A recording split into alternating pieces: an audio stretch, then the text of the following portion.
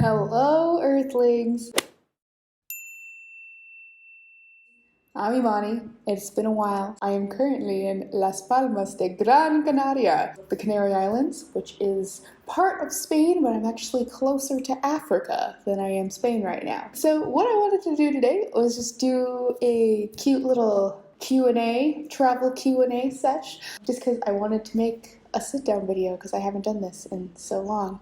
Also, I haven't been able to vlog a lot because guess whose vlog camera is broken? Yet again, me. Awesome. Happened, it's sometime I was in Disney World. It just stopped working. Thank goodness I still have my DSLR. It's just that I don't like to carry it around with me all the time. So that's why there hasn't been like travel vlog after travel vlog. This has been a crazy summer for travel so far. I've been to Florida for Disney World.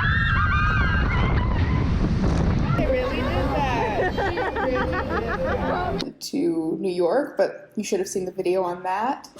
So loud. It's so loud in this apartment. Why? Went to Arizona to go see Rent. That was amazing. To LA briefly just to see my family because I'm on a big trip now. So this big trip, my longer trip, I'm gonna be away for 4 to 6 months. So not sure when I'm going home yet. Might go home early, might not be back till Christmas. I don't know. We shall see. Yeah, right now I'm in the Canary Islands doing a work exchange, meaning you get to stay here for free in exchange for doing social media management. So I manage the Instagram for the co-living space, and also I'm doing videos for them. So they'll have videos on their website. I get to do stuff that I would have already been doing anyway in exchange for accommodation. So cheap travel hack. You can do work and stay places for free. Not the most glamorous style of travel, but I think it's a pretty good deal. Focus. Before I was here, I stayed with Jan for a week in Cologne.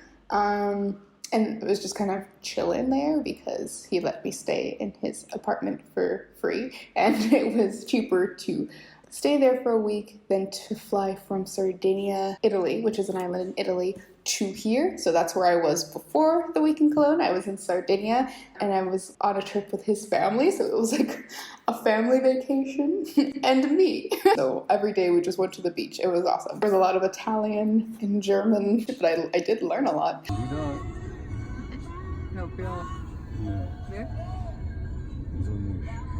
Hello! And then before I was in Sardinia, I was in London for a couple of days because I had to fly into London from the States to get to Europe because I'm on a buddy pass for my friend who works on an airline, so I got a cheap flight, like $100 business class from Albuquerque to Chicago to London. So totally worth $100, let me tell you. So yeah, that has been my crazy month so far. So I'm staying in a co-living, co-working space. So there's the co-living space that has like this living room / working area. And then you go down the hallway and then you have all of your bedrooms and a bathroom. I'm in a shared room, so I have a roommate.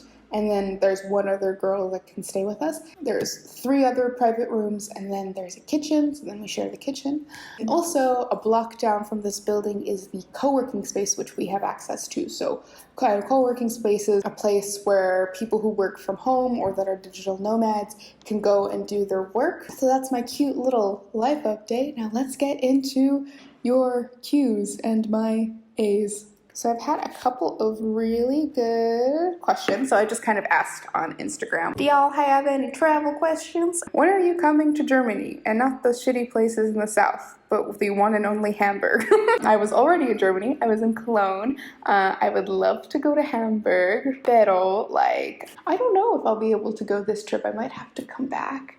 Depends. It depends on if I get accepted to go to Portugal and do a work exchange. So if I don't, then I will probably go sooner rather than later. If I do, then I probably won't get there till like November. So see you then. This one's kind of a funny one. Best way to bring back a lot of stuff? Girl. I guess this depends. I understand when you go abroad, there are things that you want to buy and you want to take home with you. However, lugging stuff around is not fun. So depending on how much stuff you buy, I would either A, pack a smaller bag in your suitcase or your backpack. Like roll up a backpack and put it in your bag. You can fill that up with all your souvenirs and then either check it on your way home or take it as a carry-on. Or if you want to just like box up all of the stuff that you got and just send it home so that it's there when you get home, you could do that as well. Or if you find something really cool and they have an online store, you could always order it online and have it shipped to your house. So those are your options. Switching things up, now I'm on the couch. What's the best way to book international flights so that it's the cheapest? I should make like a whole video on this. The basic way that you can get the cheapest flights is if you book them 1 in advance and 2 during off season. So off season is gonna be like fall, October, November, and then winter. December depends. They might jack up the prices during the holidays, so like Christmas, New Year's, but it's really cheap right after New Year's. So like all of January is like super cheap for flights because nobody wants to travel in January. And then all the way up until like spring break season, you should get pretty cheap flights. It's just mainly the summer is the most expensive time to fly, and then during any type of like holiday. If everybody wants to travel during that time, that's going to be the time you don't want to book flights. However, I get it. If you have school and things like that, it's more difficult. The cheapest way I did travel while I was at university is when I traveled in the winter time, like during winter break. Also, sign up for travel apps like Hopper, which allow you to watch a flight. So if there's a flight that you want to take, select the days that would be best, and then you can click watch the trip. And then it will send you push notifications letting you know if the price is going to drop or you should buy it now, etc. That is my advice on that. Also, it's super convenient if you're like me and you're lucky enough to have a BFF that is a flight attendant that can get you free flights. Make friends with flight attendants slash pilots or become one. So this is a very good question from Orion, which is there any obstacles traveling while Black overseas? I have not experienced any obstacles. I have heard stories of people who have, which is unfortunate. Yeah, in my experience, the worst that's happened is like maybe people are rude to me.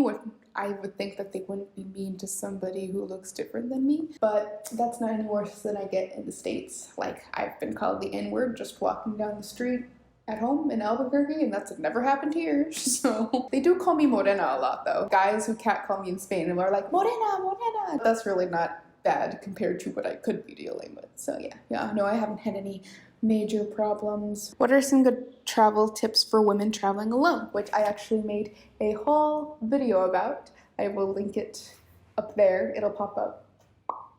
But main tips are gonna be don't do anything that you wouldn't do at home. So don't walk alone at night. Don't like get too drunk if you're by yourself, obviously. Don't get drunk if you're by yourself at all. And tell somebody where you're going before you leave, and then when you come back from that place. Even if it's through like stories or just sending a message, just let people know where you are, because if you just suddenly stop posting or stop texting people at home, they'll know something's wrong and then they can try to get help. It's scary, but I think it's necessary. Like, I try to update my story, or I'm like Snapchatting my mom all the time just so she knows that I'm alive and well and everything is okay. If you don't have access to the internet where you are going, at least let somebody know who's staying where you're staying, like what your plans are for the day. So like if you don't come back, somebody knows that something's wrong. Never underestimate